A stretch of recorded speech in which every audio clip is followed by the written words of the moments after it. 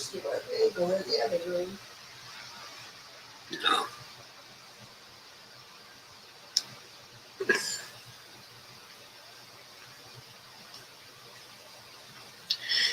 Hi, everybody. How are you doing on this fine Saturday night? Hi, Dolores, Kay, and hi, Dolores again. You're on YouTube also. Carmen says, ready for some safe from COVID Saturday night fever with the Firestones? Safe from COVID. I don't know if we're all safe from COVID yet.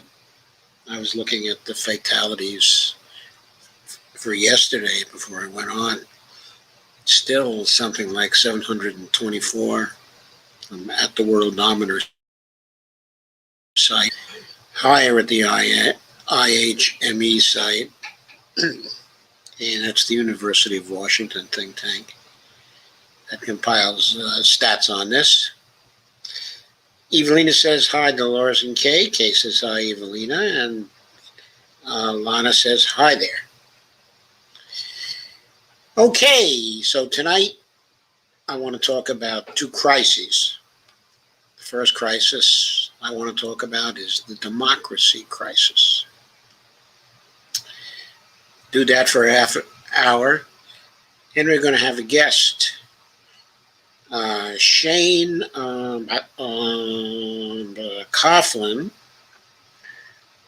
who is the president of KRTD Media, will be here. And I will be interviewing him about the U.S. Solutions Summits series that they're about to start. Beginning on May 22nd, Saturday, May 22nd, at 4 p.m. Eastern Time, running for about 5 hours. There's going to be a Solutions Summit. Shane will tell us about it.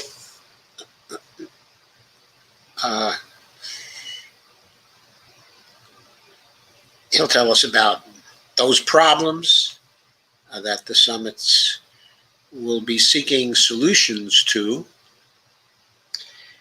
and he will tell us who the people are who've signed on to do some panels. And by the way, tonight for the first time, I'm streaming to KRTD Media as well as to YouTube, okay, and to Facebook. At least so far as I know, I'm streaming to KRTD Media. I don't have anybody signing in from that site, okay, as yet. So I can't really tell. I'm not getting any comments from that site yet. They should show up in my stream, though, if I made the connections correctly. Then the second crisis we'll talk about, after we talk to Shane for a while,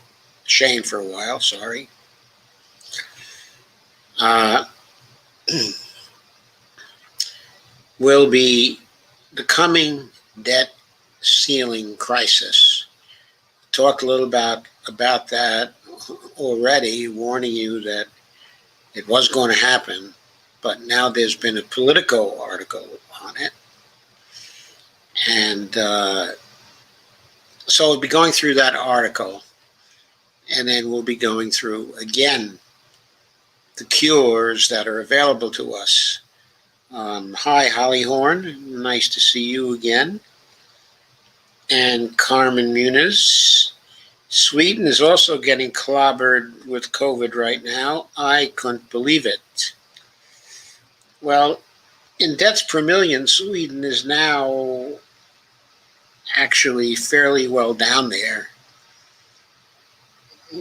compared to the United States. We have slowed down considerably in deaths per million also. But we're still over 1,800 fatalities per million. And we are not falling down as rapidly, okay, as we would like. And by the way, the new CDC guidelines, which of course I was kind of happy to see because, you know, the whole thing was so optimistic, but I don't know. I think it was too early to issue those guidelines when we still have 700 fatalities per day. 700 fatalities per day is still 21,000 per month. Now, of course, they expect things to continue to drop and drop really rather precipitously, but we don't know. The evidence is the India variant is now here, and we don't know how the vaccines are going to respond to the Indian variant if they don't give serious protection against it. We may be looking at an upward spike again. I'm going to continue to be careful. I'll still be wearing my mask when I go into a restaurant, certainly, and I'll be wearing it in the grocery store, and I'll be wearing it in other public places where people tend to crowd together. There seems now consensus that when you're outdoors and you're casually passing by people, that there's no need to wear it then, because there's no chance for the viral load from another person that has a problem to be spread to you. Anyway, times are passing, and Shane Coughlin is due here at 9:30, so I'm going to go to the first of my crises. I don't know if I will get through with it at 9:30, so we may have to stop in the middle and come back. Hi, Dia Swift. Great to see you here.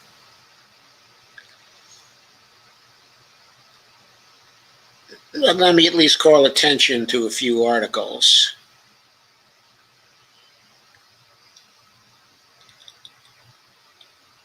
First appeared in Common Dreams.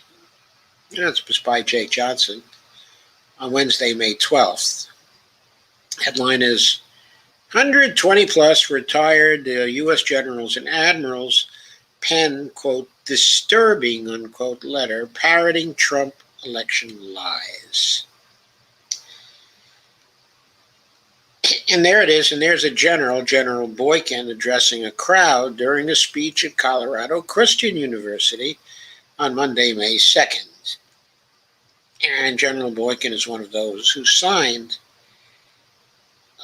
this letter from 120 U.S. generals and admirals who are retired. They parroted Donald Trump's falsehoods about the integrity of the 2020 election results and accused Biden of driving the country toward a, quote, a Marxist form of tyrannical government. Jesus, I'm seeing Marx everywhere these days. How about you? I mean, is he under the bed somewhere? Is he under the table? I mean, where is Marx anyway? Does he still have his beard, or did he shave it off? Well, what's the story here? Released under the banner of a group called Flag Officers for America, and the letter, which is linked to a PDF, was viewed by analysts and other ex-military officials as an alarming use of rank to launch an overtly partisan broadside against the sitting government. And then the letter goes through quotes from experts in civil military relations, saying it was shocking and unprofessional. And a Navy officer who spoke to Politico, one currently serving, who said that it was disturbing and reckless, quote unquote.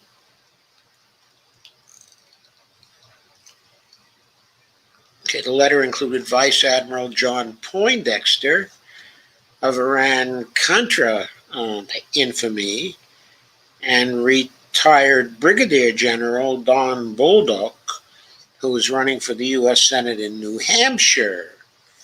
The letter proclaims that under a Democratic Congress and the current administration, our country has taken a hard left turn towards socialism.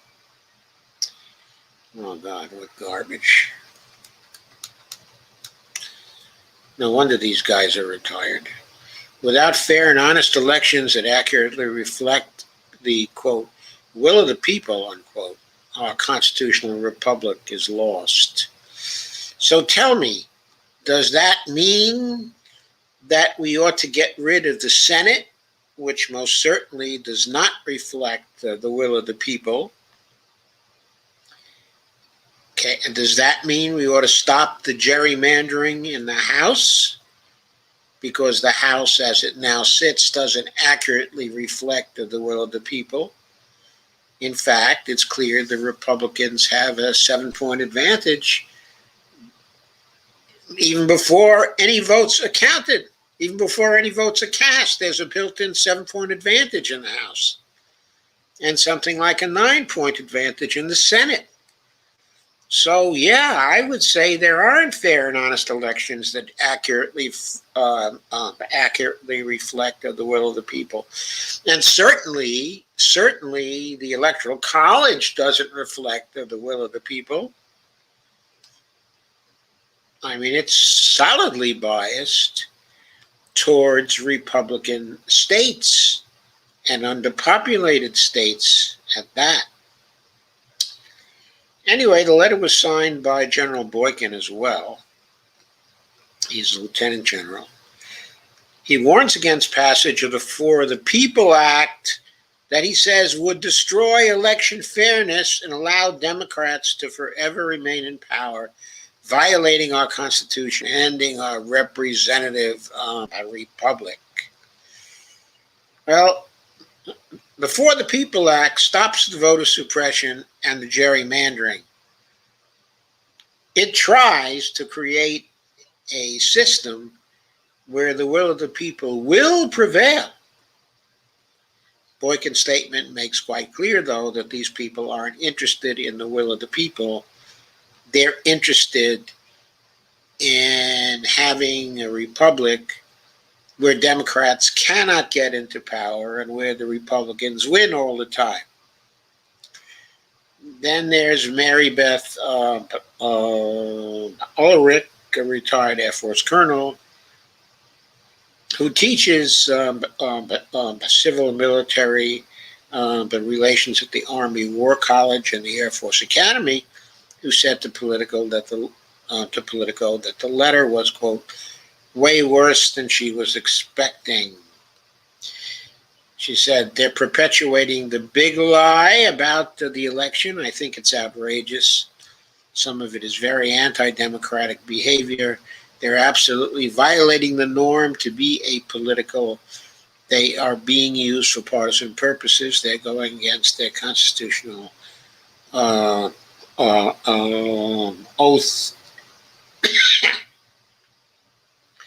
And Joe Cirincione, in a reply to a previous tweet that he did, said, this should bust the myth that generals automatically deserve our respect. Not this pack of white supremacists. Read more and below here. So observers were quick to draw comparisons between a new U.S. letter and a recent letter signed by 20 retired French military generals, 80 officers, and 1,000 lower-ranking soldiers proclaiming that France is crumbling apart through Islamism and the hordes from the banlieues. Not sure what the banlieues is. Maybe somewhere in North Africa, unquote. Quote again. In the end, there will be an explosion, and our comrades in active military service will be forced to step in and undertake the perilous mission of protecting our civilizational values and the lives of our fellow citizens, warns the letter to French President Emmanuel Macron. It is easy to see the time for hesitation is over. Otherwise, tomorrow, civil war will put an end to this growing chaos, and there will be thousands of deaths of which you will bear responsibility, unquote. Well, by the way, there was a ceremony either yesterday or today it was the 200th anniversary. No, it can't be the 200th. It must be the 206th anniversary of the death of Napoleon. And Macron gave a speech in which he praised the dictatorship of Napoleon Bonaparte. He found much that was attractive in Napoleon's dictatorship in France. That's specifically what the president of France says, right at the time when the French letter from the military is kind of suggesting that there might be a military coup in France. Anyway, Jeet Heer of The Nation says the French letter was translated and reprinted in the United States by the American Mind, a publication of the Claremont Institute, perhaps the leading Trumpist think tank. Way back in like 1966, after I had gotten out of school with my PhD and was at my first job, I received a feeler from the Claremont graduate school, and they were interested in hiring me for their graduate school at that time. I sort of checked them out and found out that even though they had a very good reputation as a small school, that they were inclined towards the right. So I never pursued that. I never thought I would have been happy there. And I'm sure if I had gone there, I would now be totally disgusted, having been part of a school that housed what is perhaps the leading Trumpist think tank. Anyway, Jeet Heer wrote, quote, the translation reprinting of the letter as a reminder the Trumpist right has deep ties to its European counterparts. There's a kind of informal reactionary international which shares ideas, tactics, and rhetoric. It's no accident in both the United States and France, the members of the reactionary international are thinking about launching a coup, quote unquote. Quote again, the reactionary international, which should be clear, is a proto-fascist movement here, continued, and quote again, for the sake of democracy, it's urgent that people disorientation be rooted out of the military in France, the United States, and wherever else they may be found. So,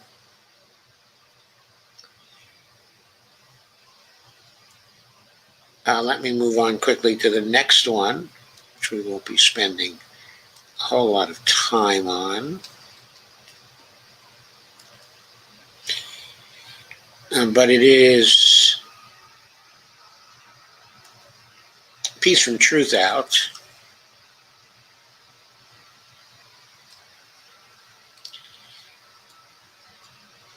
By Elaine Clift of Salon. I don't know if she's any relation to Eleanor Clift. Okay, the death of democracy looks nearer, than ever, who for years was a panelist on the McLaughlin show. She was the person slightly left of center who was on the McLaughlin show. Eleanor Clift was for years and years. Elaine Clift, however, writes for Salon, and this was picked up by Truth Out. And it appeared today. So she says, Liz Cheney is not on my short list of politicians I admire or wish to see in Congress. But she's done the right thing in calling out the, quote, big lie, unquote, and promising to do all she can to keep Donald Trump away from the White House, but literally or in terms of his influence over a terribly broken party. She is a canary in the coal mine. Would that others had the courage to follow suit. So there's praise for Liz Cheney here. And she points out that most sentient beings on the planet breathed a huge sigh of relief last November when Joe Biden won the presidential election. You were even happier that he and his administration immediately began acting robustly on myriad issues. I don't know what myriad issues she's talking about, but there have been a few when there has been a little robust action. First came the well-chosen appointments. Some were very well chosen, others were very ill-chosen. The flurry of executive orders reversing Trump's perversities. Then there wasn't so much of a flurry, like if you read, the American Prospect and Dave Dayen's columns, there have only been about 7 of the executive orders. He might, out of the 85, he might have propounded by this time. So if this is a flurry of executive orders, but reversing the perversities of Donald Trump, it's certainly not a very large flurry and far from snowfall. Then the big bills aimed at healthcare infrastructure, economic recovery, climate change, income inequality, childcare, and more, all of which made Republicans in Congress and their QAnon conspiracists cringe. I don't see any big bills yet. I don't see any bills from the administration. I see some plans. I see some proposals. I don't see any bills that have been introduced in Congress on behalf of the administration by Congresspeople or people in the Senate. Do you? I mean, where are the bills? Where are the numbers? They're not there. There's no legal language. But anyway, okay, a majority of states immediately flew into action to bring back Jim Crow, with hideous voting rights restrictions. Now she's talking about, the reactions to Biden. Protesters began to be arrested. Gun violence and hate crimes grew by startling percentages. White cops kept killing black people. All true. Arizona Republicans decided to hold yet another recount of the election results there, barring journalists from the hangar where counters reportedly tried to spot bamboo in the ballots. Proof, if we needed it, that the party has gone crazy. Republicans in Congress began their urgent campaign, articulated by Mitch, to stop any legislation proposed by the White House or Democrats in the House of Representatives. Ted Cruz, Lindsey Graham, Josh Hawley, and other deranged GOP members went on various rants grounded in lies and nonsense. Rand Paul accosted public health expert Dr. Anthony Fauci, accusing him of funding dangerous research in China, more proof of crazy. Vaccine conspiracies and anti-masking activists got really crazy. All this occurred after January 6th, when the unimaginable happened and an insurrection at the U.S. Capitol sent America a clear message: this country is not out of danger. The fact is, the real and growing possibility of living through the destruction of American democracy is not going away. It is growing. Donald Trump is now viewed as the head of the Republican Party, as he holds the feet of elected officials to the fire with his fierce, alarming grip on their futures.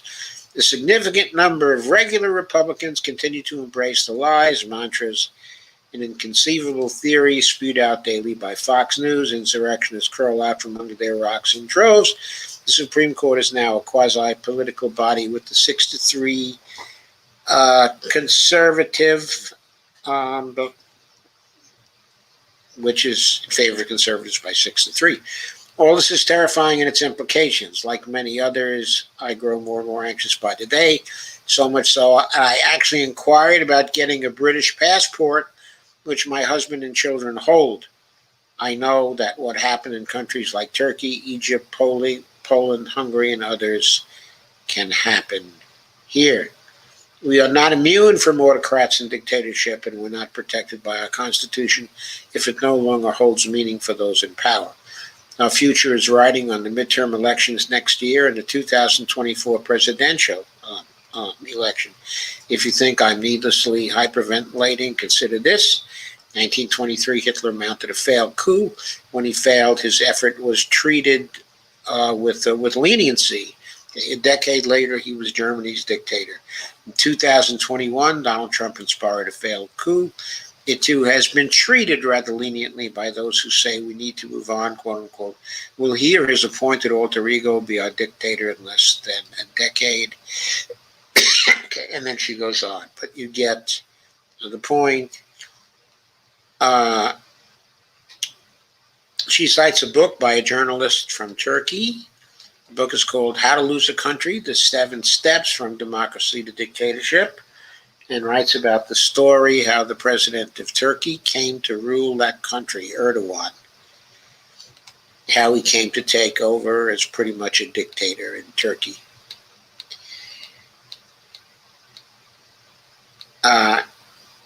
Evidently in this book, the author goes on to draw chilling comparisons between the fate of Turkey and what's happening in the U.S., okay, and elsewhere, and quote, it doesn't matter if Trump, okay, or Erdogan, or the UK's Nigel Farage is brought down. Millions of people are fired up by their message and will be ready to act upon the orders of a similar figure. These minions will find you, even in your own personal space, armed with their own set of values. So you get the point. She ends by saying, it is time indeed for America to realize what is occurring and that it will affect us all. And so I'm now going to move on to Sean Coughlin, who hopefully, Shane Coughlin, who hopefully will be waiting for me. He's here, and I am going to add him to the stream.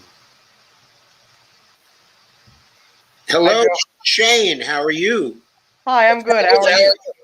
I'm fine, thank you, and I am very pleased to see that we don't appear to have any echoes or technical difficulties, that we look fine, and that we are ready to go.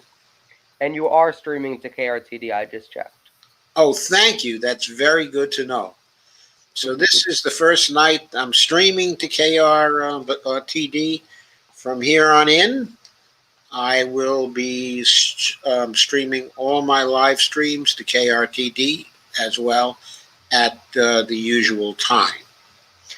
So without any further ado, I'm going to introduce Shane Coughlin to you as the president of KRTD Media. Is that correct, Shane? That's correct. Okay. And Shane is going to tell us about a great endeavor of KRTD Media.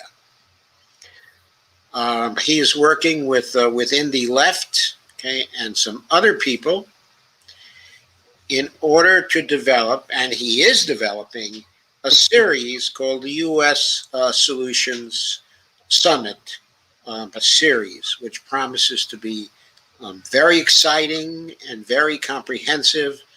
There will be one installment of the series every 90 days or so, Shane, right? That's correct. If I am not mistaken. Every one will be comprehensive. More and more of the key problems and issues will be discussed, and more solutions will be surfaced. So this is a major endeavor that we all need to watch out for. And so now I'm going to ask some questions, okay, of Shane. So perhaps the most important first question is, what are the problems that are going to be addressed in the initial installment of the U.S. Solutions Summit, which will be going out over KRTD Media on May 22nd, 2021, at 1 p.m. Pacific time and 4 p.m. Eastern time. There will be 5 hours of panel discussions on KRTD Media. So what are the problems that are being featured? So one of the major problems in our society is corporate money in politics. And that's a real major problem. Our elections have become auctions to the highest bidder, and most of the politicians are bought. And Mm. Another one of the issues is going to be third-party suppression. What if H.R. 1 passes? You hear the mainstream media talking about all these good things about H.R. 1. H.R. 1 is horrible for the third parties. It's going to really devastate them and their campaigns. Yes, it does have to be modified. It is horrible for third parties. However, if passed now, it would most probably stop a Republican sweep in 2022 and 2024. And such a sweep would be threatening to democracy in the very short run, wouldn't it? Of course. But it does have to be modified in that case. And then we have, and in that panel, we have some great speakers, but some of the other issues, education is a big thing in America. And some of the things we have there is we're having some educators on that panel. So we're going to ask them why they got into education, in the classroom learning versus Zoom learning. Remind people what happens when the children are set up to succeed, the failure of anti-teacher charter schools, and what about tenure for adjunct professors? That's something that's not really talked about. And then solutions for the future of education. Those are some of the things that we'll be going into in that panel. Some of the problems of education also. Yes. In other words, there's the general topic, of education, but they'll also be discussing the most serious problems that exist in education. At this point, can you tell us about what the most serious problems are they'll be addressing? So some of the most serious problems we'll be addressing is two of our big topics are the failure of anti-teacher charter schools. They don't encourage unions. There's not a lot of unionization among charter schools, probably almost zero, if any at all. And a lot of the times, they can treat the teachers very badly. They can fire them for the smallest of things. And those teachers have zero protection when they go in. They pay them a lot, but they have no protection. So they could literally be fired if their students don't do well on a certain test, which comes into another problem of always teaching to the test. But then we also have, what about tenure for adjunct professors? It's almost impossible nowadays for an adjunct professor to obtain tenure. Yes, it is almost impossible, and they're also grossly underpaid as well, right? And they have absolutely no power in setting policy inside of the university. Exactly. So they're basically simply slaves to that system. One of the reasons why they're slaves is because the system exploits the attractiveness to people who go through graduate school of staying in an academic environment. It exploits their love of teaching, their love of research, their desire to continue in pursuits of that kind. And it holds out the hope that they somehow will be hired for a regular job and can begin to have a family, and begin to have a life. But I think they're still paid something like, is it $4,000 a course or $4,500 a course? Something like that, yeah. And then one of our panelists is an adjunct professor right now, and they mentioned we had a mini panel. We actually got some of the panelists together with the moderator before the panel. We had a little mini panel in order to talk about topics. And what she had said to me was, she said she was close to tenure a couple times, and it was always ripped away. And now it's going to be impossible for her to get it. Yes. So is she going to stay around as an adjunct professor, or is she going to leave? Well, she's going. As far as I know, she's going to stay. She likes her class and she likes teaching, but she runs for office. That's what she does. She runs for office with the Greens. So good. She just needs something to sustain herself. Oh, good. Okay, cool. Okay, so those are three topics. The money out of politics topic. Well, that's two panels. Yeah. The education panel. right? And you also mentioned, what was the third area? So the third area is we have a corporate money in politics part 2.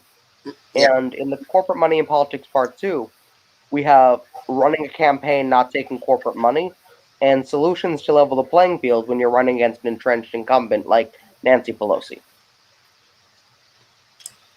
Okay.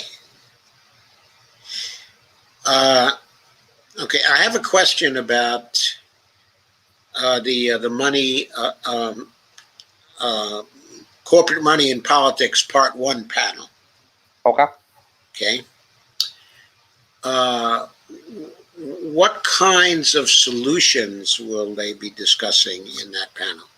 Well, so here I'll read off one of the questions for you here. So, do we have to pass new campaign finance laws, or are there already things on the books that we can enforce that can deal with this now? And that's kind of one of the questions. Is there something already that we can do, or do we need to create new laws, or do we have to do both? Is there any discussion of whether we will need a constitutional amendment?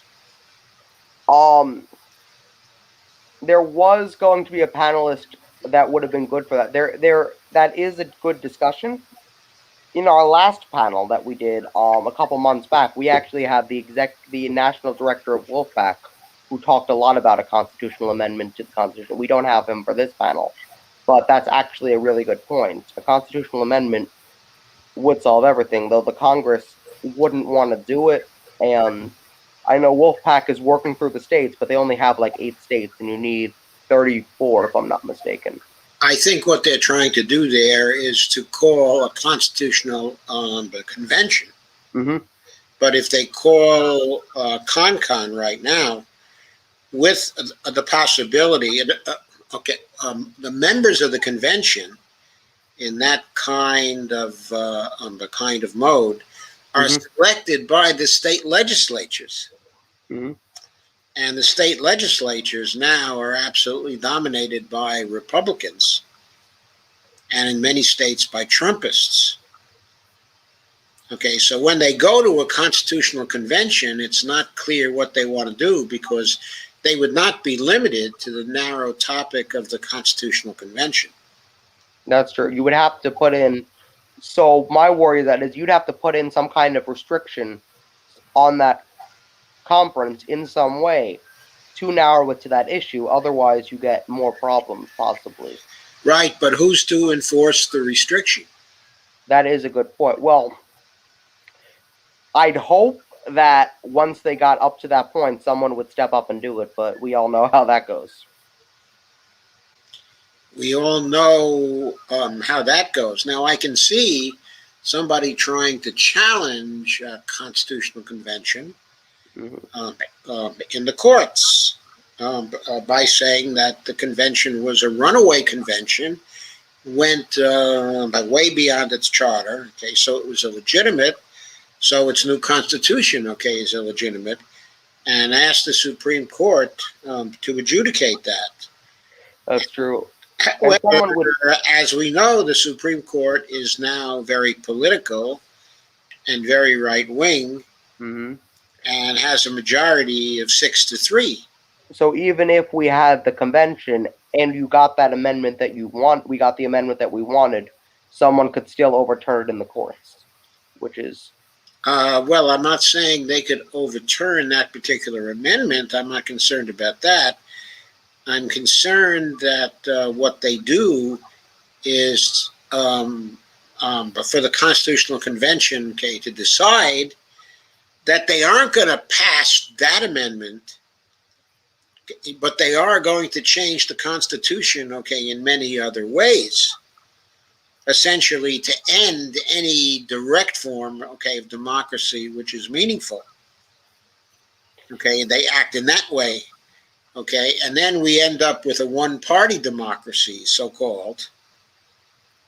And with a Supreme Court that is basically ratifying what the state legislatures, are doing all over the country. That would be a ruinous thing. I don't understand how the Justice Democrats Okay, and TYT expect to guard against that? That is a good question. We don't have Wolfpack at this. If just because we don't have Mike Mineta at this panel, we had him at previous event. Okay, it would be interesting to have somebody who would be able to deal with that question and who could put forward an explicit plan for us to get to a state where the composition of a constitutional convention was no longer dictated by legislatures all across the country that are partisan. Now, that's the situation we have right now. Mm-hmm. Okay.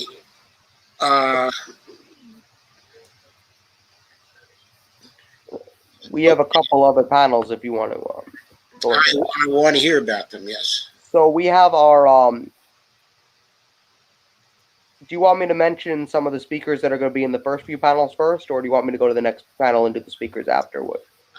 Let's complete the discussion of problems, and issues first, and then we'll go to the panelists. Okay, sure. So another panel we have is Corporate Money in Politics Part 2, as I mentioned, running a campaign not taking corporate money and solutions to level the playing field while running against an entrenched incumbent. As we know, there are many entrenched incumbents in Congress who have been there for 40, 50 years. Yes. The Democratic and Republican leadership, for one. Yes, absolutely. And we know how we'd love to get rid of them. But there seems no way in the present system. That's definitely unfortunate. And you had, I can't remember the guy's name. He's the power broker. He's been there for quite a while. The power broker in which party? The Democratic Party. He's the one who endorsed Joe Biden in South Carolina. Oh, you mean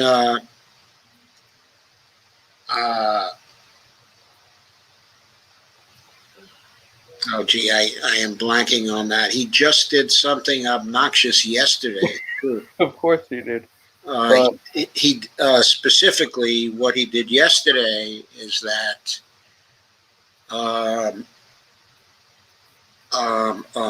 he said that we don't want to defund the police. We want to strengthen them. Jim Clyburn, yeah. Yes, Jim Clyburn. Jim Clyburn. Okay, and he basically stated, okay, that he was against the reform bill, okay, that Democrats were putting forward, that he was not a supporter, okay, of that particular bill. Okay, so he's going against the rest of the congressional. He's going against the Progressive Caucus in Congress and the Black Caucus in Congress. Okay, and wasn't he a civil rights activist back in the day, like all these back years in the ago? day? Yes, back in the day.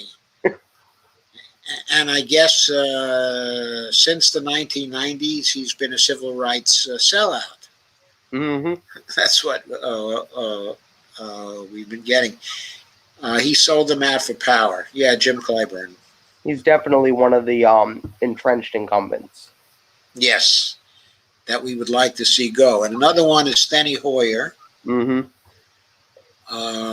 is actually the leader of the Democratic Party, not the Speaker of the House, okay, but the leader, okay, of the Democratic Party. He takes the most corporate money, I believe, out of most of them, if I'm not mistaken. Yes, with the possible exception of Nancy Pelosi. Well, you know, you gotta bribe the top three because they keep everybody in line. Yeah, but also the conference, and I shouldn't say the conference chair because there's actually someone who's a caucus chair. Okay, that someone is Hakeem Jeffries. And he is reputed to be the person who will be selected to become the successor to Nancy Pelosi. I do see that, but I also see the progressives hate him. The conservative Democrats don't seem to like him. He doesn't really have many friends. He doesn't really have many friends. That's right. But he does have one powerful friend who really likes him, Nancy Pelosi. Nancy Pelosi, and she'll try to throw the election to him. She's agreed that she's not going to run again.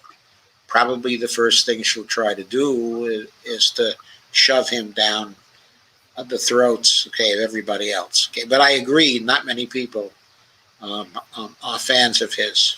The other thing is people are afraid of Pelosi, but people may not be afraid of Hakeem Jeffries in the same way, and you may see someone step up to run against him for Speaker.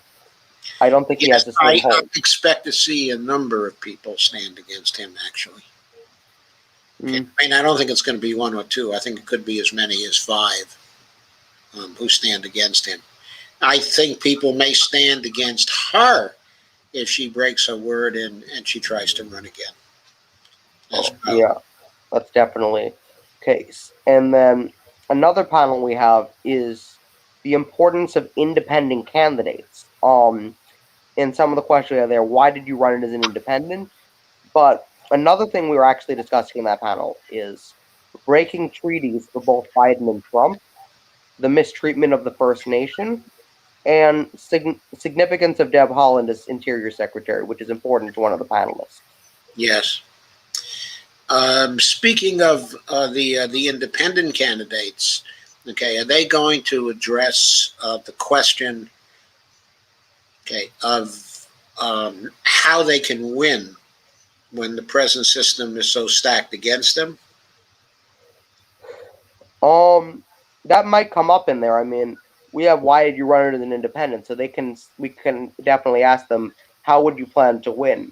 But here's something interesting. This is a strategy that I might add to the question list. This is a strategy that what's this guy's name? Can't remember. He was the libertarian who ran for Congress in New York. Ran for Senate. Governor Larry Sharpe. Larry Sharpe came up with this interesting strategy for a third party to try, where they focus on one state. And the goal there would be, let's win this one state.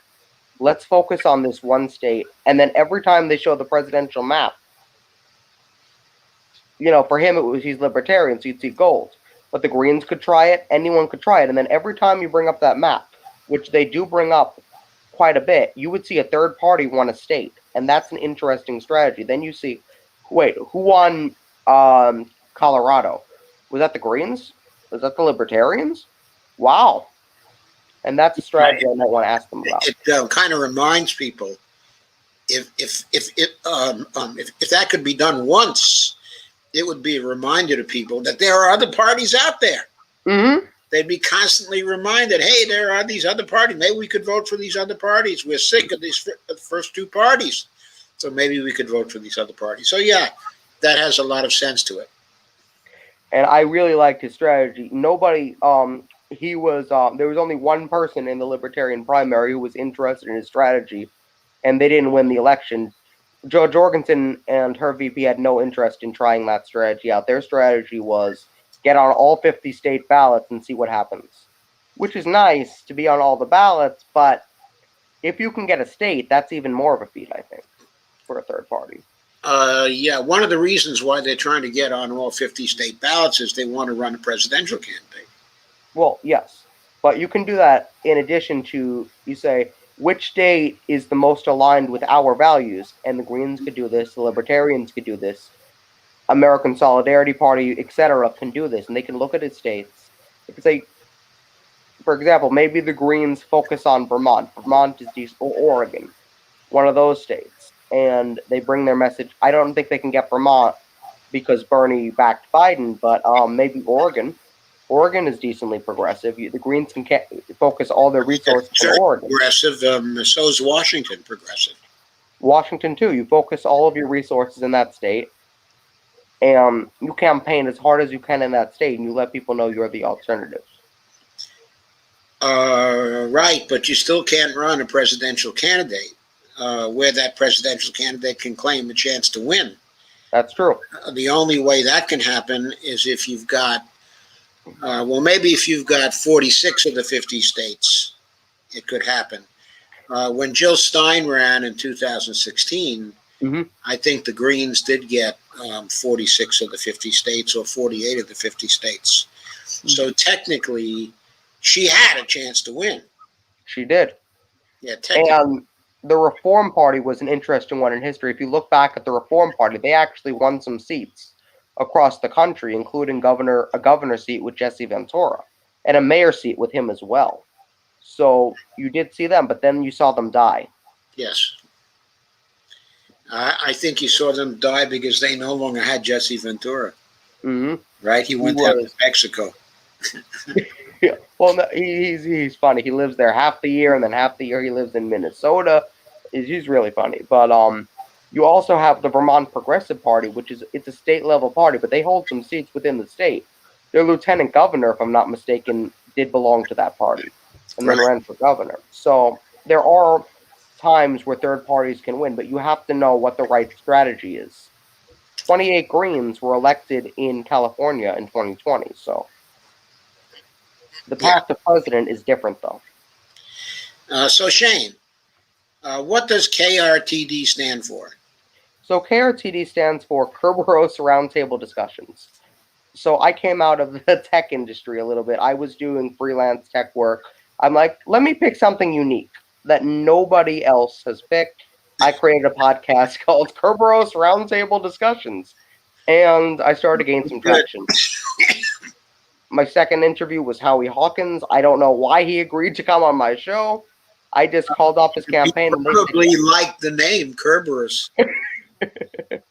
Definitely, and I was so unprepared. I wrote down every single question. I was reading them to the key. I had no idea what I was doing, and now it's developed into a network. So very cool. Okay, so let's talk about some of the panelists now. Okay. So in the first panel, we have Nathan Klein. He ran for state rep as a Green in Missouri. And Missouri has gotten more conservative because he ran as a Green a couple years ago and got more votes than he got this year. And then we have Carrie Barber, who we've talked about before. She's MMT, former city council Bernie endorsed candidate in Chicago. She has an interesting story. And then we have Aiden Hill. He was not a Green per se. But just a second, when you speak of Carrie Barber, she is doing a show for KRTD Media. Oh, yes. So, right? Well, sort of. It's her show, but it's a syndication thing. She streams it to our network in addition to a few other places similar to what you're doing. So she does a show called Hair of the Dog, and her target audience is the older generation to try to turn them progressive. With that title. She is talking to my generation to try to turn them into progressives?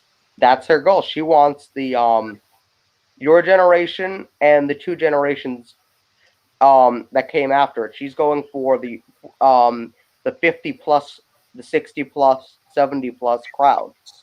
And that's what she wants. She wants to reach out to conservatives of that age group and neoliberals of that age group and try to change their minds. Okay, well, there's one thing she really has to do. Mm-hmm. Okay, I should really talk to her about. We live in a senior development here. Mm-hmm. Okay, so in the apartment house, I live in, there are only people 55K and over, allowed. And we have a lot of people in our 70s and 80s, and 90s even. Mm-hmm. Okay, and when I talk to them, and I try to explain Medicare for all for them, what they have the most trouble understanding is that the Medicare for all program would be very different from the Medicare they have at present. Mm-hmm. Okay, now, of course, they like the Medicare they have at present, but they can't get over the idea. They can't understand the idea that everything would be free at the point of service. I keep on trying to explain it to them. Okay, so in other words, when you actually approach people, who are in their 80s or late 70s, things like that, you really have to explain things very, very simply to them. Mm-hmm. Okay, because they just don't understand that it's not the same. That their Medicare experience now would not be the same as the Medicare for all experience under the expanded program. Would Mm-hmm. be much different than that. Absolutely. That has to be explained to them. Okay, anyway, going further with this, I sort of So got we have Aiden Hill, who is an interesting one. He didn't necessarily run with the Greens. He ran as an independent for mayor of Berkeley, California, but he ran under the Green Party banner. So he did something that Lisa Savage did, pretty much. Okay. He's pretty interesting. But then we get to some of the bigger names. So we have Steph Zamorano, the wife of Jimmy Dore, co-host of the Jimmy Dore Show on the education panel. And she used to be a teacher. A lot of people don't know that. So she's probably well versed, okay, in educational issues. Mm-hmm. She's definitely well versed in educational issues. She took part in the mini panel we had, and which is something I wish we could have done with all the panelists, because having that mini panel before is really helpful to get everybody acquainted with each other and to get everybody, talking already. Yes. So, and I'm really excited to have her speak. I've worked with her several times in the past. I really like Steph, and she has some great insights and great points. Okay. Who else will be on the panel? So we have Madeline Hoffman, the adjunct professor I mentioned earlier. She was Yes.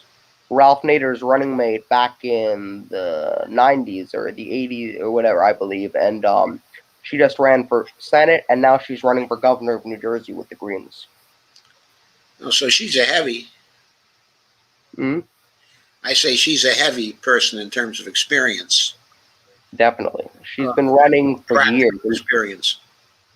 Yeah, and she's an adjunct professor. She meant she could never get tenure, and she kept getting closer, and then it kept getting ripped away from her. That's disgusting. Mm-hmm. And then we have Jeff Carr. Jeff Carr is the former education commissioner of New Mexico, and he ran for lieutenant governor as a leftist candidate, and they burned him. They had Our Revolution endorse someone who wasn't really a progressive. All the Justice Democrats did the same thing. I believe not Justice Democrats. A different organization did the same thing, and they had consolidation of candidates, and they made sure he was not going to be allowed to be the lieutenant governor. And then they changed the law so that the governor picks their running mate in New Mexico after he tried to run, because they were afraid of him. Yeah. He left the Democratic Party and got very disillusioned with them after that. Oh, good idea. Okay, so who are some of the other panelists? So we have Shahid Buttar. If everybody watching remembers the Nancy Pelosi race against Shahid Buttar, there are many debates that they didn't have. I love because Nancy was ducking all the debates. Mm-hmm. I love Shahid. I love how he literally went in front of her house with a megaphone. She still ignored him. He ran both in 2018 and 2020. Okay, but his run in 2018 started very late. Mm-hmm. I think he still came in second even then. Okay, that, but I don't think that he got enough. I'm not sure whether he got into the top two in 2018. In this campaign, he got into the top two. Definitely. Okay, and I didn't hear about him in 2018 because I don't know. Nobody talked about him in 2018. In 2020, though, a lot more people were talking about him. He was getting coverage, but only online.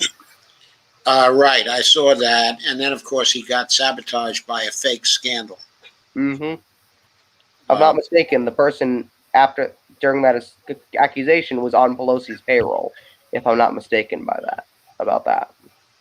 Yes, I didn't know that she was that, but I know that she had quite a reputation in New York circles for being Very, very strange person. Very Yeah. unreliable and rather dishonest. Absolutely. Okay. And I think Shahid Also, would be a this great was panel. true in terms of her interaction with some of the Green Party people. Mm-hmm. For example, Margaret Flowers and Kevin Zeese had some run-ins with her. Okay. I didn't know that. Yeah, and but for me, their word is kind of gospel there. But Kevin, of course, is dead now. Okay, but Margaret, the two of them are really great people. Definitely. And then we have on that panel Dan Whitfield. He ran for Senate in Arkansas. He was actually drafted as an independent to run against Tom Cotton. People hated Tom Cotton so much in Arkansas, they drafted an independent to run when the Democrat got knocked off the ballot. It's a really interesting thing. Then they knocked him off the ballot. They made his court date. In his court date, they argued that COVID was not really an issue, and he should have been out there collecting signatures. And then he could appeal it. And they told him, "We'll let you know when." And then they told him the day of the appeal, "You can come down and appeal it today." And he's like, "What?" Yeah, it was rigged. Definitely.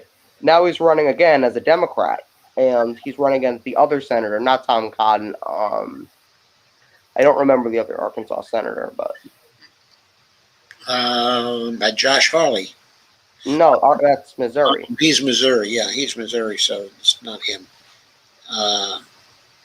Who was the other guy? I don't know. I can't think of that. He votes with Cotton 97 or 92% of the time, so it's basically Cotton. Yeah. Who else is on the panels? Brent Welder. He was a Justice Democrat for Kansas, one of the Kansas districts, and he lost in the primaries. He lost in 2018, right? I don't think he ran. No, he lost in 2018, and it was Kansas 03, I think. Also, that was very questionable because the counting of the ballots was stopped, okay, for about an hour and a half. Mm-hmm. And it looked but very, very funny. At the time it was stopped, Mm-hmm. He was leading in the vote count, okay, in that particular district. Okay, and then when they started up the count again, okay, about an hour and a half later, the voting had shifted. The lead had shifted, okay, to Sharice Davids. Mm-hmm. In other words, she was the selection of the establishment, okay, because she was the identity politics candidate. But she's Native American. Of course. Okay, so the establishment preferred her to Welder. Okay, and I think, I'm not sure how they rigged that, okay, exactly, but the whole vote in Kansas was strangely manipulated at that point by the Republicans. Mm-hmm. Chris Kobach was running. Definitely. And Kansas, in Kansas, the Welders, Brent Welder has a strong base. They're actually drafting his wife right now to run for Attorney General of the state. They have a really huge base in Kansas. Brent Welder was a strong candidate in 2018. He really was. Yeah, Sharice was the token candidate, except she won. Mm-hmm. She won, but she was the token candidate. Well, you got to pick the candidate before the election is even started. The party has to decide. You've literally had candidates. There was a race where the candidate said, "I've already been selected. They already told me." Okay. So that definitely happens. But we also have our presidential panel. So we got Mark Charles coming to that panel. I really like Mark Charles. He's good with the constitutional issues. He has a deep understanding of the Constitution. He knows where the racism and sexism is within that document. Yes, and he's Native American. He is. That's why we have the First Nation issues and the treaty violations on that panel. Okay, so he's going to talk about that. He definitely is. And then we have Christina Tobin, who is the founder of the Free and Equal Elections Foundation. They do the third-party debates. And she's going to be a panelist. Great. Did you see any of the third-party debates back in the election? I saw the Green Party debates in 2018. Okay. So if you get a chance, watch one of her debates. The candidates from all the third parties were so polite. They never yelled at each other. It wasn't the show that the Democratic debate was. They all waited their turn to talk. They were all polite. They all talked about real issues. They asked real questions. Her foundation puts together good debates. Yeah, good. And Howie Hawkins will be there, the Green Party candidate from 2020. That will be great. So, we got Howie, Christina, and Mark. And they're going to talk about importance of independent candidates. They're going to talk about the Native American issues. And they're going to talk about treaty violations and things of that nature. And I think that's going to be a really great discussion between the three of them. It sounds like it will be great. Yes. Definitely. And then we actually get to the online media portion of this. We have independent media people coming to this event. So, are you familiar with the new Frank Analysis? He's kind of newer, very grassroots show. You mean Paul J? No, his name is Bruno Franco. Oh, Bruno Franco. Okay. He does Frank Analysis, the new lefty show. I see. Frank Analysis. Frank Analysis on the MCSC network. He's going to be there. He's really good, really grassroots. And then Hard Lens Media, Kid and Daniel will be there. And then we have Craig Pasta Jardula from the Combo Couch will be there.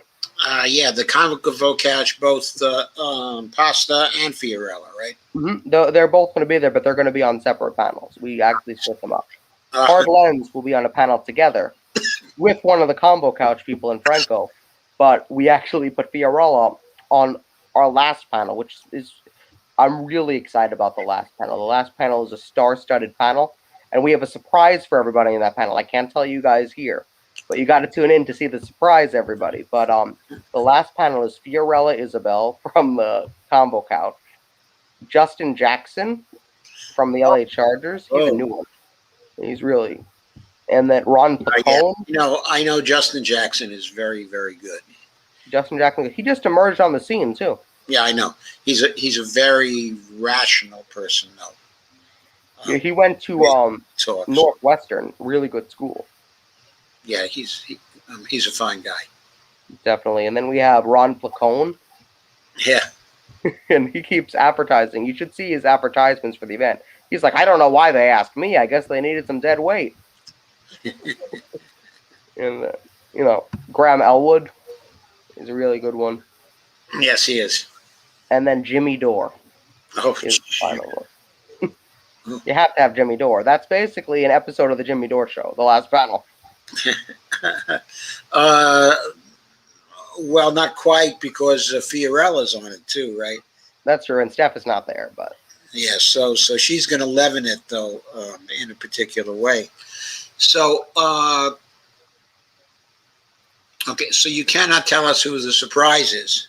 No, I can't tell who the surprise is. There is a surprise in the event for the last panel. I can't tell anybody what it is. That's all I'm allowed to say. Okay, that's good. That's very good. You just got to tune in to see it. That panel with Jimmy Dore, we're going to be talking about the mega corporate ownership of media.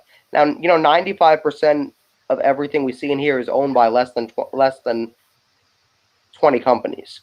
It's ridiculous. Yes. Censorship and deplatforming of unpopular speech on YouTube and social media. That's something all of them are very familiar with. Okay, so we get a question from the audience. Is Dore still on the misinformed by warpath against AOC? That's a question from Dia Swift. Is Dor on the what is Dor on the warpath against a miss? Well, what Dor's trying to do, I think, and I'm sure you'll agree. I think you'll agree with me. Is he's trying to tell AOC, you know what? It's great you're there, but we need to put a little bit of pressure on you because you're not doing what we sent you there to do. That's kind of what I'm seeing from him. Yeah, that's what I'm seeing from him. Okay, as well, but that's the content of what I'm seeing from him. But the style that I'm seeing from him Well, the is thing is, I think Kyle Kalinske actually does the criticism in the best way.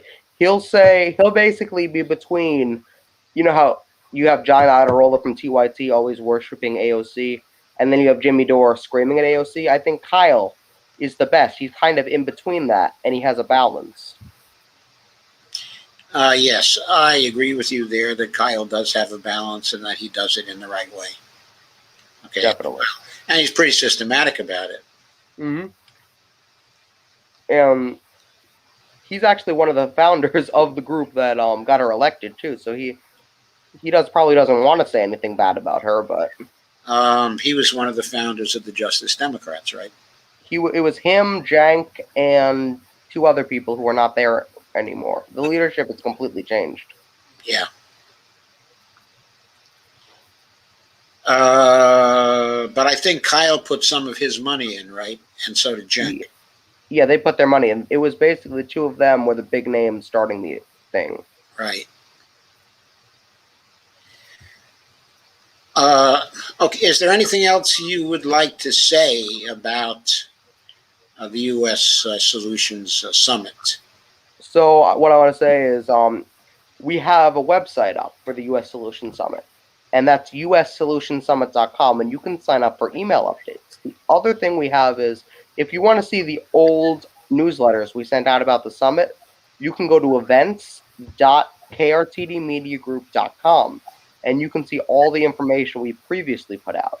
If you sign up now, you'll get the new updates. We're going to be making some more announcements, and we're going to do another one Labor Day weekend. And Joe, you're going to be a panelist on the Labor Day weekend.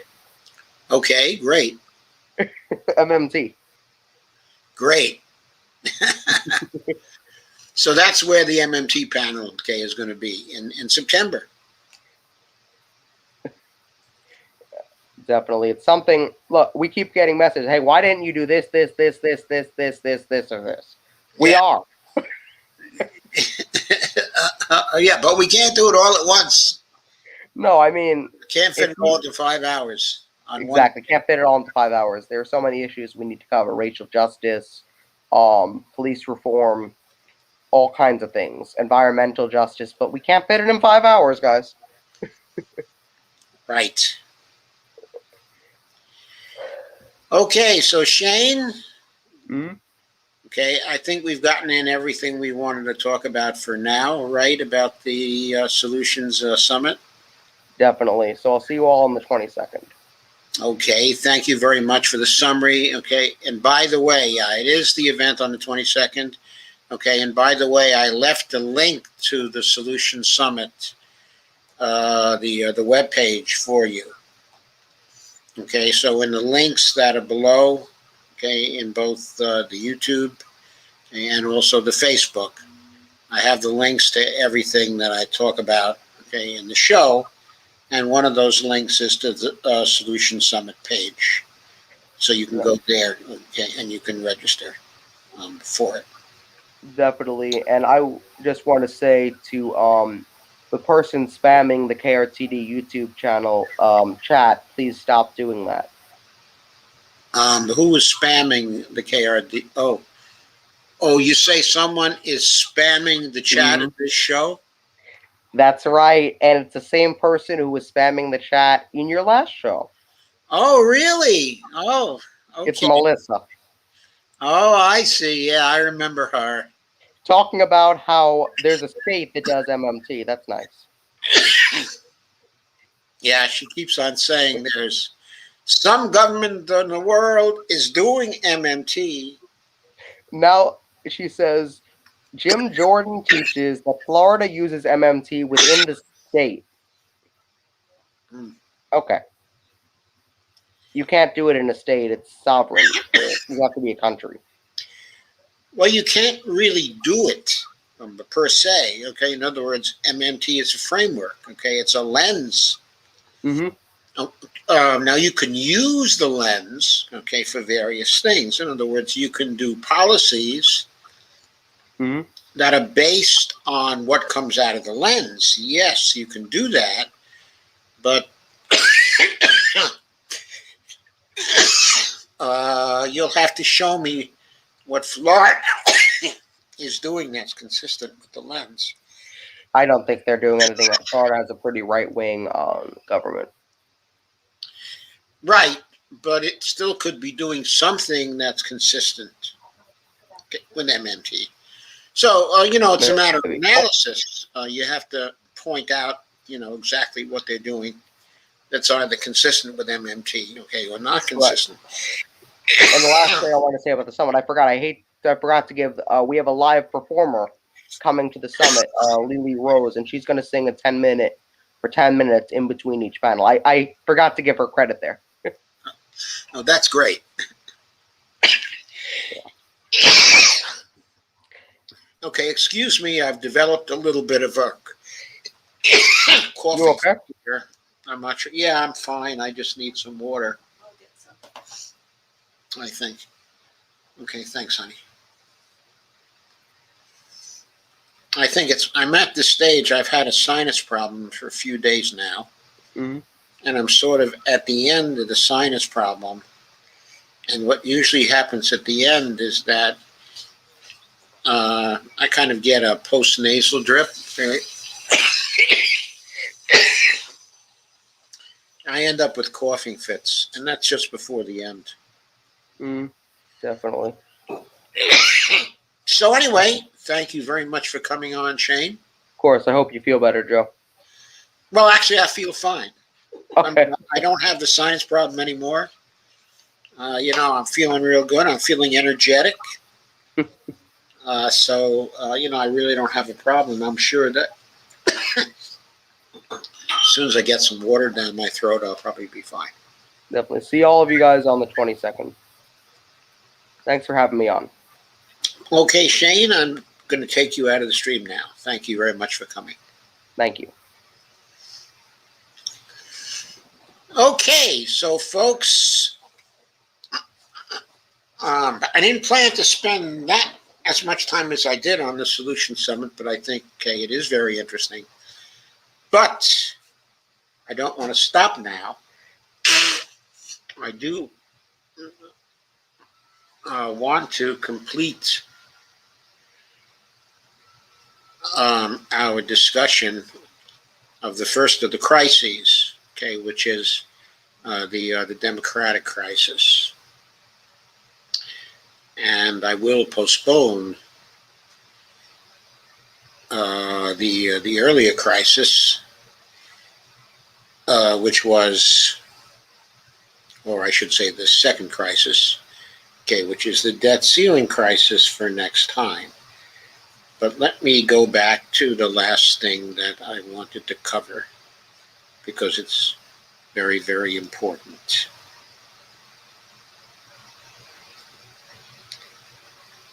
So hang on, let me share the screen for this one.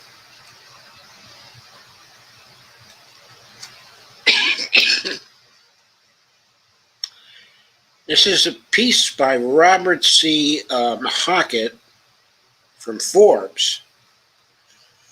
Now, usually when we go to Bob's posts in Forbes, he's talking about some aspect of economic policy, often having a lot to do, with MMT. But this article is about the golden rule of a, quote, fighting democracy. Don't tolerate intolerance. That's based on the old idea that the Constitution is not a suicide pact. Very important idea. There's a graphic called Ours to Fight For. Okay, this originally appeared in Forbes on April 7th. And I've been saving it for this topic since that time. And this is Norman Rockwell painting Freedom from Fear, which was inspired, of course, by Franklin Roosevelt's speech. Ours to Fight For. Today is our democracy to fight for.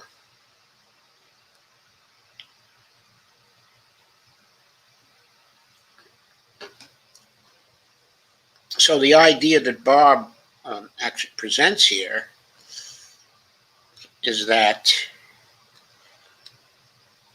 it's possible for totalitarians, not only possible, sometimes it's easy for totalitarians to take up a democracy, or to take out a democracy from the bottom up, essentially by using the electoral machinery.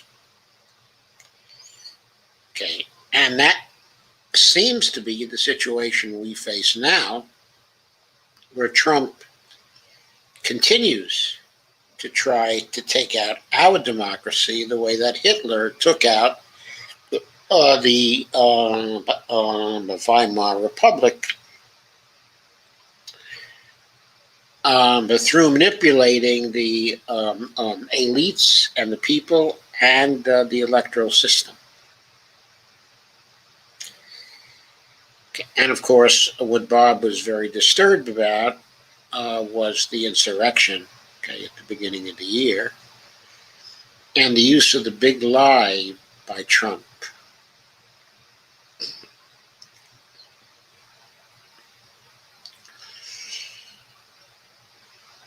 And he talks about November 2016, and then 4 years later, after a tenure that can only be deemed unprecedentedly catastrophic for the citizenry's political, economic, and even physical well-being, this same man propagated what is now called the big lie, itself a term taken from Hitler and Joseph Goebbels. He claimed, without evidence of any kind, Trump did, that is, that he'd actually won by re-election and had been thwarted only by fraud. The sort of thing that might have rendered insurrection in the name of democracy more understandable.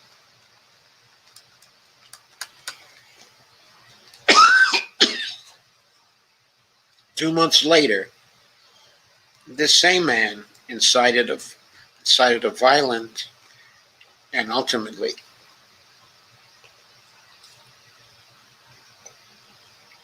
cop-killing coup attempt in front of the U.S. Capitol, where the November election results were, at that very moment, being certified by the Congress. Well, there was some backlash against domestic terrorism and incitement for a few days thereafter.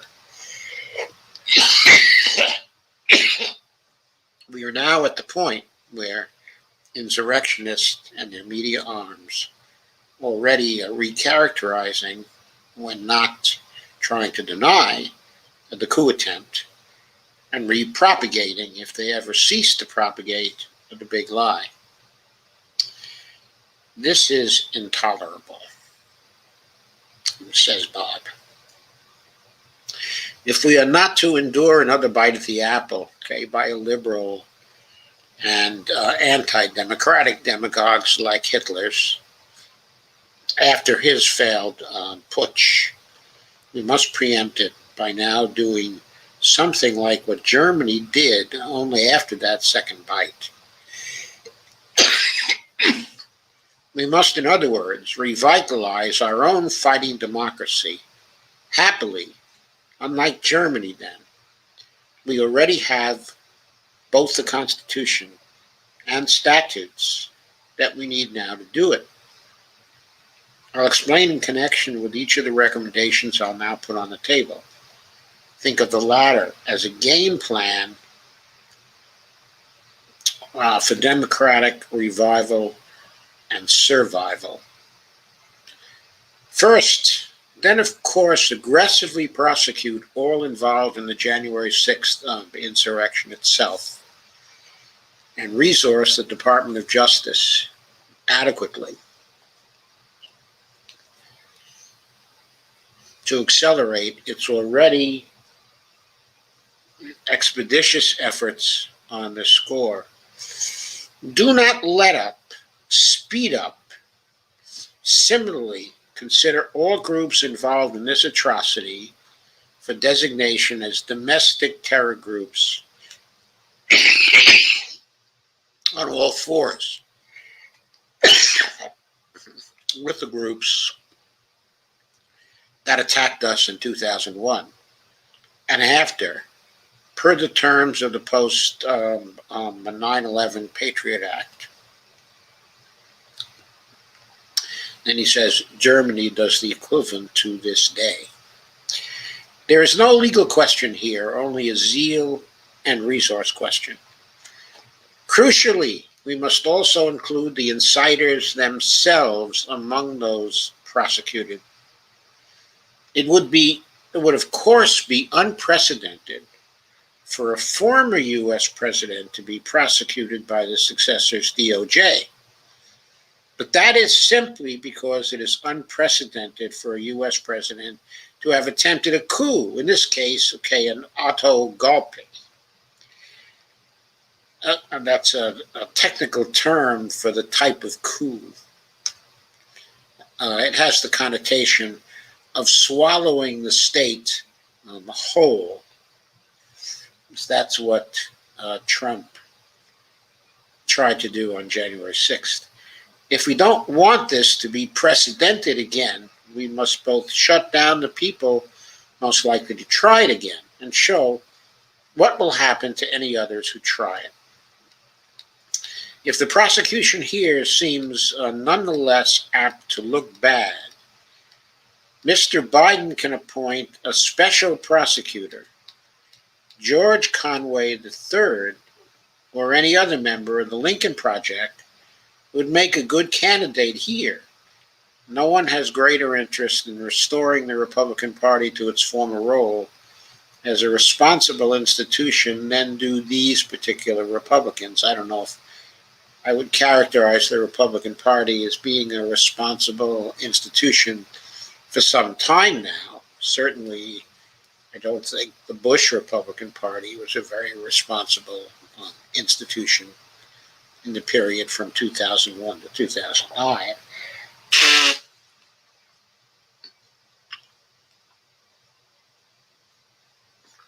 I don't think they've been a responsible institution since they took over the House under Newt Gingrich, but that's another question. Second, Congress must pass the voting rights legislation, now known as H.R. 1, or the For the People Act, with all deliberate speed. There is a rash of Jim Crow voter suppression bills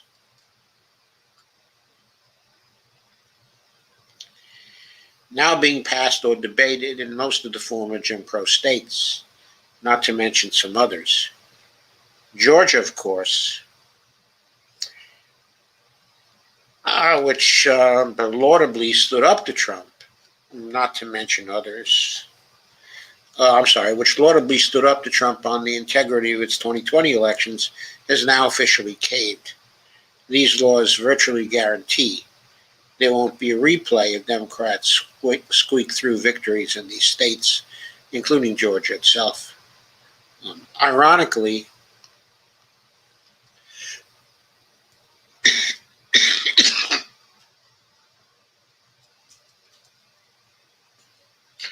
all that now stands in the way of H.R. 1 is the Jim Crow Senate, the filibuster itself. This has to end.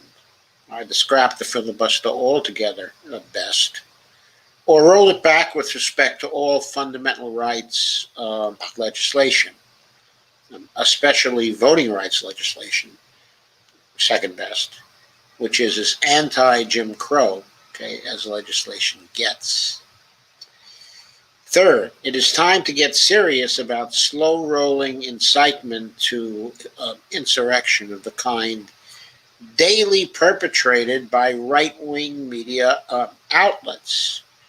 When you nightly tell scores of millions of already violently angry viewers falsely that their elected federal government is literally engaged in an, quote, all-out of attack on their Bill of Rights and American principles, you are telling them to engage in armed insurrection, especially when you speak of Second Amendment rights and air footage of street violence in the same breath.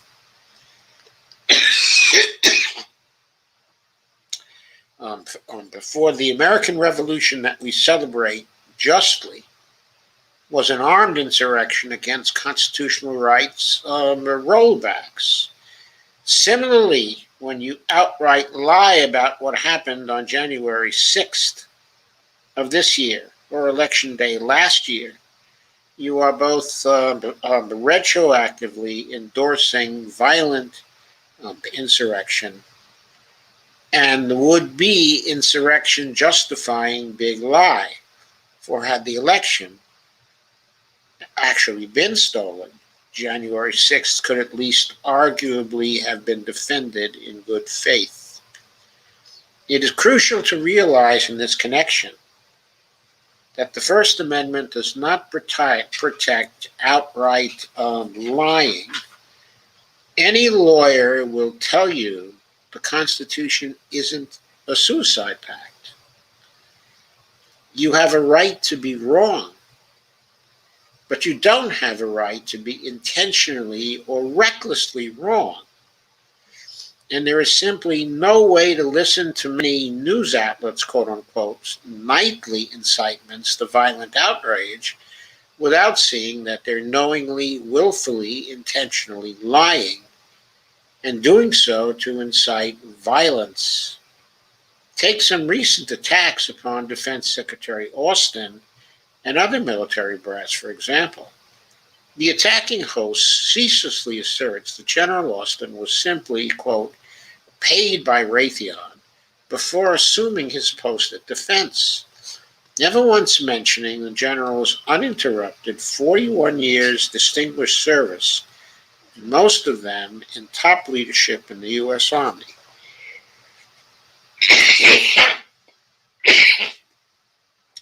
This he does while also claiming, again, outright lying, that the military is not tracking military threats from the likes of China. There is no point in pussyfooting this. It is deliberately and constitutionally unprotected lying. It is lying, moreover, calculated to foment insurrectionary impulses by implying that our most crucial republic-defending institution, our Department of Defense, is itself no longer legitimate.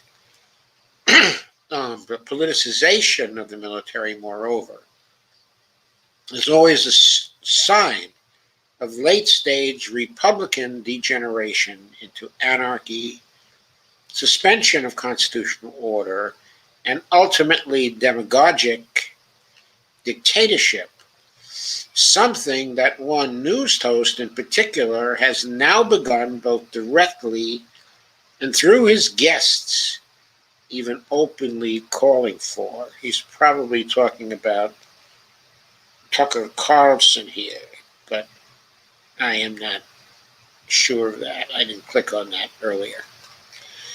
We don't have to take this sitting down.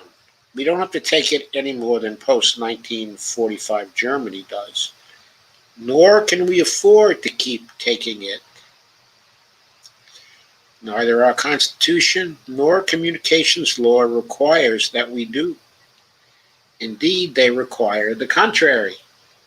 The FCC must accordingly reinstitute an updated rendition of its fairness doctrine, which was in place from the 1940s until 1987, the repeal of which, by an all-Republican vote, made the balkanization of the media and seditious broadcasting possible in the first place. So maybe we have to revise that calendar about when last, the Republicans were the responsible party institution, because evidently they weren't very responsible in 1987 when they repealed the fairness doctrine by an all-Republican vote. Robert Hockett says, ever wonder why it all started in the 1990s? This is why it must also announce that it will begin reassessing the cable and broadcasting licensing of programs or networks that daily engage in sedition and violent incitement. But once again, this is not to say there isn't a right to opine vigorously or even to be wrong. It is only to say that there's no right to be deliberately or recklessly wrong. That is, to lie, particularly when the lying is geared toward incitement to violence instead of reflection and deliberation. Anglo-American law boasts an elegant principle known as the, quote, clean hands doctrine. Other legal traditions observe counterpart maxims. The idea in essence is that those who commit wrongs against others, quote, will not be heard, unquote, to complain of others committing these same wrongs against them.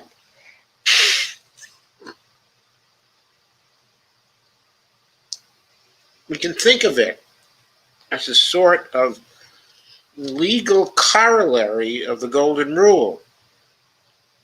Don't complain about others who do unto you as you do unto them. In a constitutional democracy, the form this rule takes is tolerance of all but intolerance. This is, of course, common sense, a matter of fairness and self-preservation alike. But it also is more than that. It is a law of a durable fighting democracy. I thought that was a terrific post, especially in the light of what has been happening. It is a post, however, that is not so easy to apply.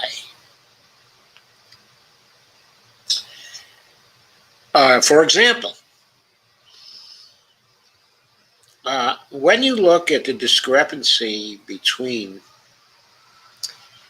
the exit polling, and the actual votes in primary elections, in recent days, particularly in the Democratic Party, you see grave discrepancies between those two things that should not have happened. Was it unreasonable for people who voted in good faith in those primaries and who saw those gaps? Was it an unreasonable thing for them to do to complain of rigged elections in the primary? I don't think so. One reason why I don't think so is because the mainstream of the party never made an honest effort to try to explain the discrepancies between the exit polls and the actual counts in the end. But there was no one who explained, for example, how Biden, at the last moment, turned a huge polling disadvantage in California to a relatively narrow defeat, okay, of 8 points, there was no indication in the exit polls that this had happened at all. The exit polls reflected the kinds of expectations that Bernie Sanders supporters had for a big victory in California. But the actual results were at great variance compared to the exit polls. Same thing happened in Massachusetts. Same thing happened in New Hampshire. The same thing happened in Minnesota. Okay. In a number of other states across the board, there were great discrepancies between the exit polls and the actual counts, way beyond the 3 to 4 point discrepancies that are supposed to be within range of normal errors. The mainstream that won those elections has never bothered to try to explain how these discrepancies came about. And they block attempts to try to change laws to try to create more open and fair elections and more open counting of primary ballots. So, was it irresponsible for people to question the primaries? But furthermore, while certainly General Austin is not simply someone who has been paid by Raytheon. Yes, he went to work for Raytheon when he retired, but that doesn't mean he forgot about his 41 years of honorable service, okay, in the Army. There's no necessary reason to think that General Austin is but totally corrupted by a relatively few months having worked for Raytheon. But there is reason to question whether his service as defense secretary might be biased towards people, okay, who paid him. There's a difference between having a friendly bias and being totally corrupted. And it is in order to question the appearance of conflicts of interest. In this case, there certainly is an appearance, okay, of a conflict of interest. Now, I would not, in an extreme way, attack the defense secretary, but I would call attention to appearance, okay, of conflict of interest. I do generally agree with the point that we have to stop our toleration of constitutionally unprotected lying, okay, within the media. Every single day when we allow that, when we don't use the rules in the Federal Communications Act or the authority of the Federal Communications Act to stop this lying, which we can do, but to allow it to go on every day, we have to recognize, but by allowing this to go on every day, by not prosecuting, by not questioning of the big media and what they do each and every day in their shading of the truth in their line. We are preparing the way, have prepared the way, have managed to construct over the years a very unhealthy politics where people openly express bias and shade the news and give narratives in a very dishonorable way. We've all seen it. We all understand that some of the alternative media is much more intent, okay, on honesty and fairness than the mainstream media is. We are allowing the mainstream media to engage in deliberate and constitutionally unprotected lying all the time. But we also have to recognize it is sometimes hard, okay, to distinguish whether that is what we're getting, or whether or whether what we're getting instead, okay, is a legitimate expression, okay, of opinion. It's not always easy to draw the line, and it's dangerous to be on the wrong side of the line. It's dangerous to be too strict, because we then don't get the range of opinion that we need for democracy to function in a good way, in an acceptable way, in a way that gets the fair criticism it needs to solve, okay, its problems.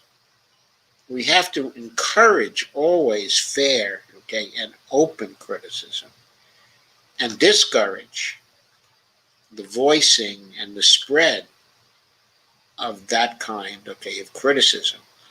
Nor can we allow private interests to use their monopoly power to wipe out a dissenting opinion that is not in any way dedicated to the ending of democracy.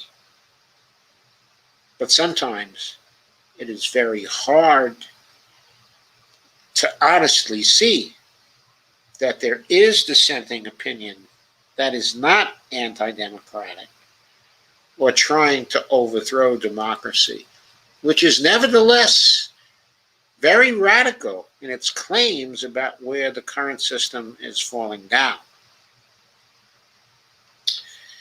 So, I think there are very good general ideas that I see in this post. I absolutely love the post.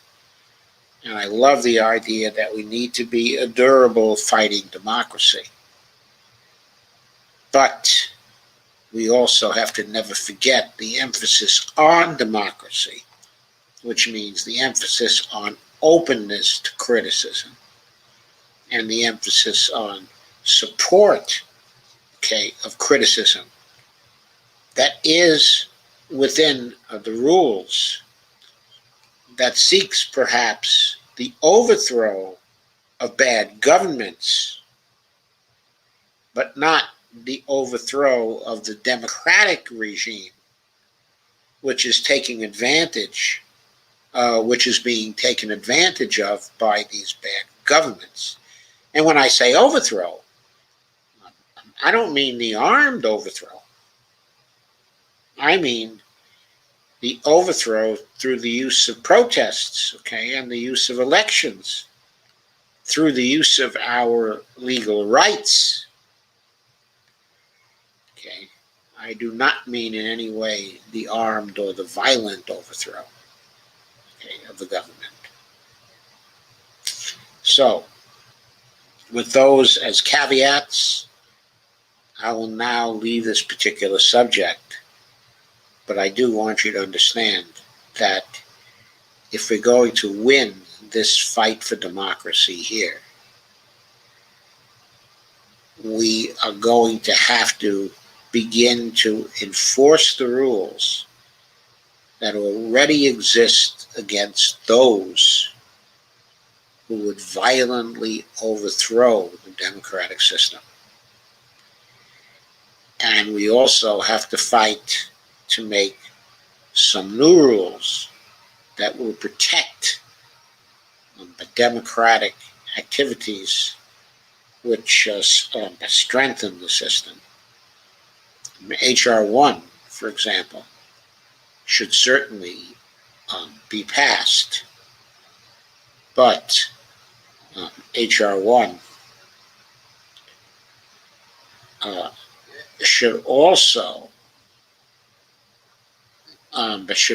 be amended before it is passed so that it protects third party. Because one of the most unfair things that has happened to our democracy over the last 40 years is that both of our major parties have been totally irresponsible in trying to write out of our processes a role for third parties. Our system has always been biased towards a two-party system. That's because of the single-member districts and the winner-take-all structure, of the elections. As long as we retain that kind of organization, of elections, we'll always have that particular bias. But what our parties have done wrong over this particular time, our major parties, is that they have rigged the electoral rules in their favor, used their power as the major parties to rig the electoral rules and to write out of any serious consideration any third parties that might be able to challenge them and that could create a better basis for change. That has been to the detriment of both our major parties. It has made them less responsible and less accountable. And it has resulted in the atrophying of our politics.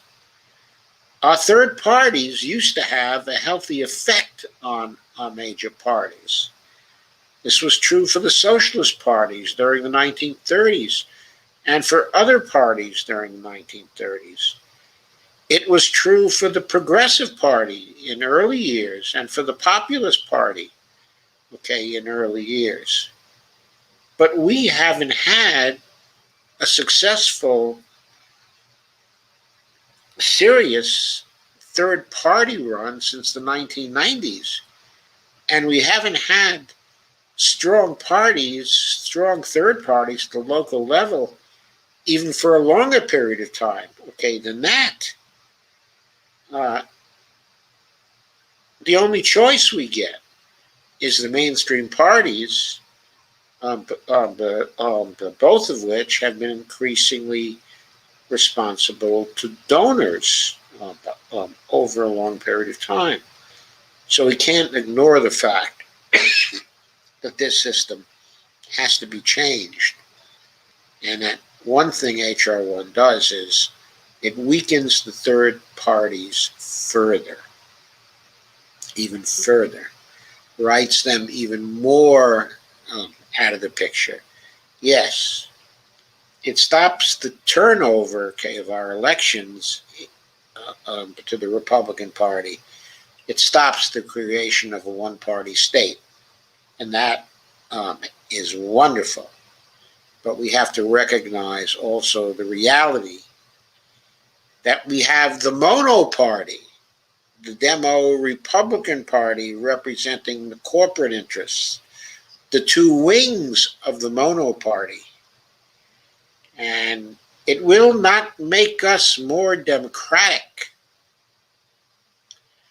to have both wings of the mono party strengthened, and the role of non-corporate political interests further shrunk or further undermined. We have too much of that already. So now I'm going to turn to your comments. I hope you like this stream. For a while there, I thought I was going to break down in total coughing, but it looks like some water saved me. So I'll go now to your comments. Hollyhorn says, as will I will mask. Kadia says, hi friends, good to be here again. Hollyhorn says, under my pillow.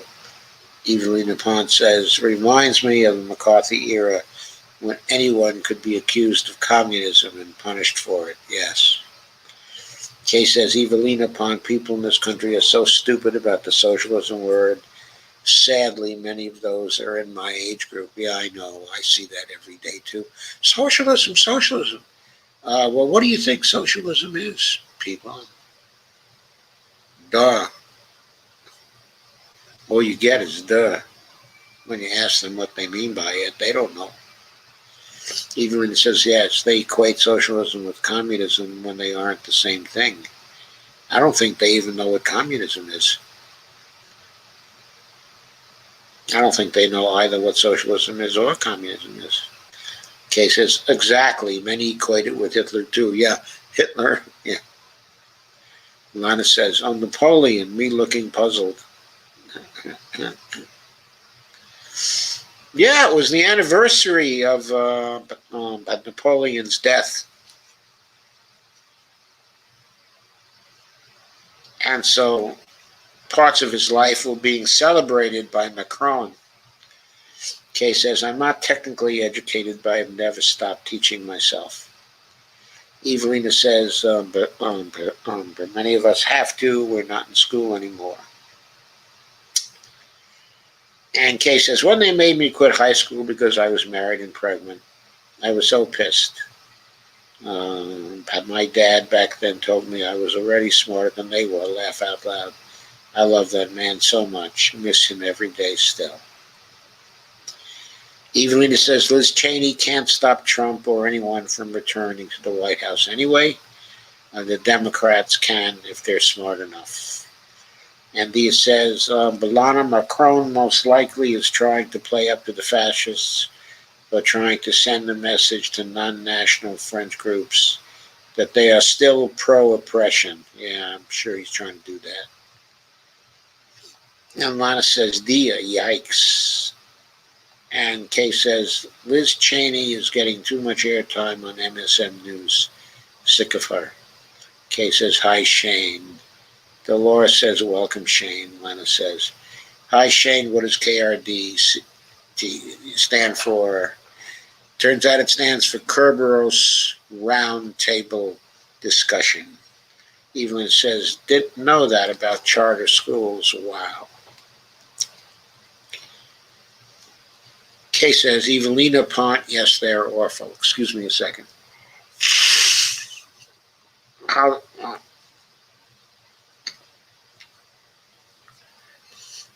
Holly Horn says, Clyburn, yes, Jim Clyburn.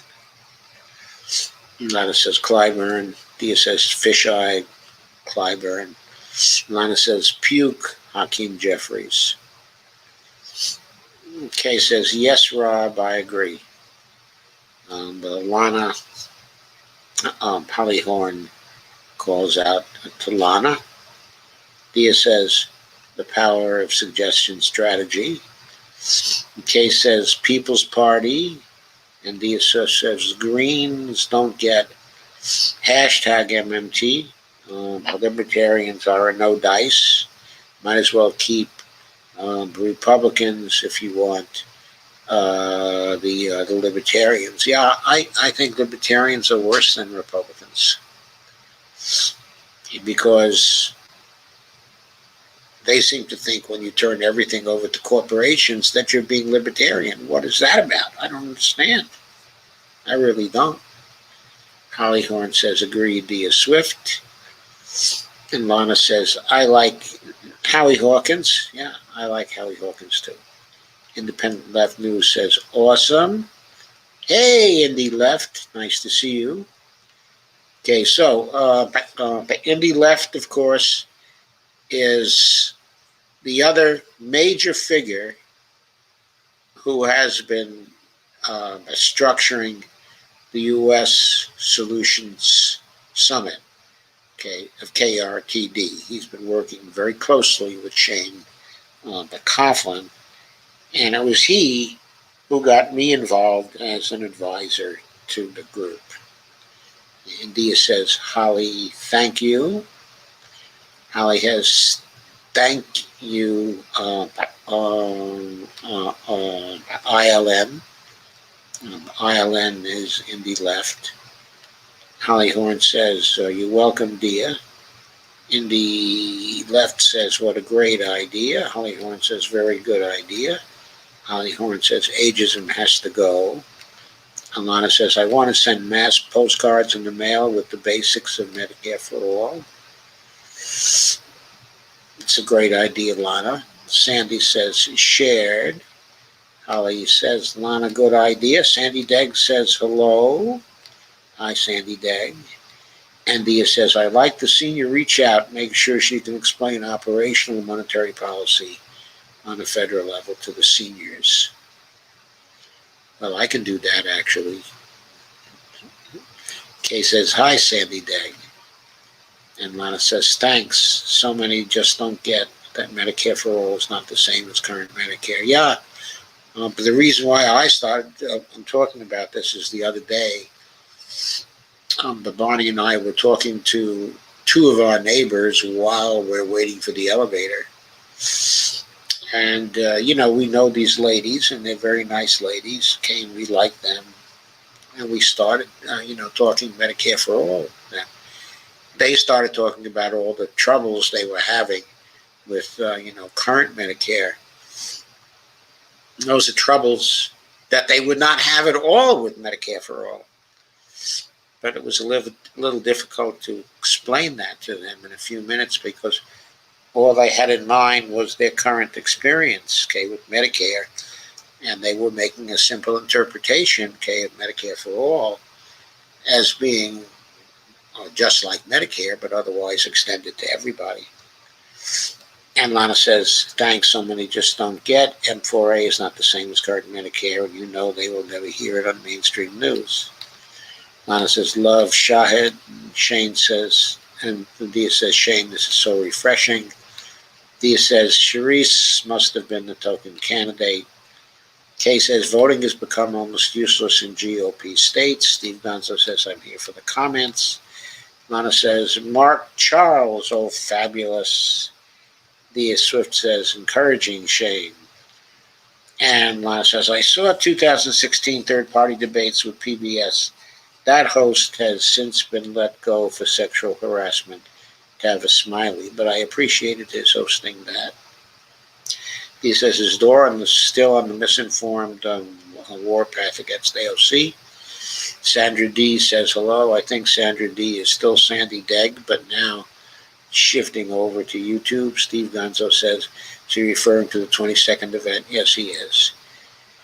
And Beatrice says, oh, Jenk, no way. And Lana says, hashtag GoMMT. GoMMT indeed.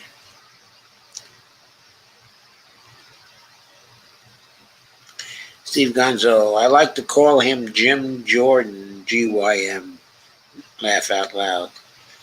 Lana says, Bob Hockett, super. And Dia says, Bob is just everywhere these days. Dia says, sometimes looking up at light stops coughing.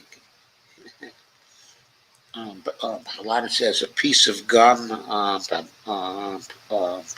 could be good. Yeah. Could be, but I don't have any gum because we don't do gum generally here.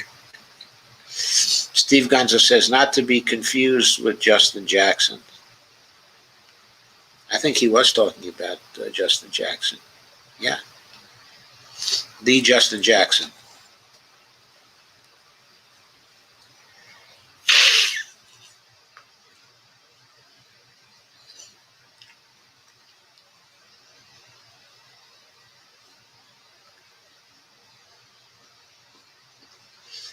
So this says Trump is starting his the Nuremberg rallies again this month. I believe the article said. And Professor Hockett really wanted charges to be brought against Trump. Lana says, I know he's disappointed, that none of this has happened yet. Yes, I really want charges to be brought against Trump too. I want him put away for a very, very long time. We need that as a deterrent. He should be put away. He's been acting in a criminal way from the beginning, from the first moment he entered the presidency. He was acting in a criminal way before, too. Steve Day smiles. Dia says, the DNC cheated and rigged both times, and the fascist Republicans will use it to their advantage because they know it. Yes. Steve Day says, push the Progressive Caucus. Yes, we should. Kay says, we need open primaries nationwide. Steve Day says, general elections by ranked choice voting. And the media fairness doctrine, yeah, the old fairness doctrine that did keep things in check, kept them much more reasonable for a very long time. Kay says that too, Steve Day, and Steve Day says two-party wedge. Kay says we have a movement for ranked choice voting in Ohio now, but doubt it will be allowed here. It seems like my coughing fit has gone away, folks. And Dia says Florida is paying taxes for DeSantis to take away their rights. I know. I don't know what's happened to Florida. Steve Day says a Florida group is working ranked choice voting. I'll get you the link to their page. Link with them. Kay says I'm sick of both parties now. Steve Day says no shit. Dia says true communism has never been tried. Well, I'm not sure what true communism even is, Dia. Steve Day says, I like to socially commune with others. And Dia says, to Lana, the joy might stop your great Medicare for All post office drive. And that's another thing. Why is the joy still there? Kay says, Rump will be protected by DeSantis in Florida. Well, Trump, I think DeSantis will try to protect him, but he seems to be planning to go to Bedminster, New Jersey for a while, and DeSantis cannot protect him there. And I know the governor of New Jersey is not going to protect him from extradition to New York. I don't think so. And maybe DeSantis would not, because if DeSantis fails to protect him and he ends up in prison, then maybe DeSantis is in good shape to be his successor as the candidate for the Republican Party. I don't know, just saying. It's a possibility. Anyway, so that's it. I think that's all for tonight. I hope you liked it. Next time I come on, I will be talking about the debt ceiling crisis, for sure. Take care and sleep tight, and have a very nice weekend.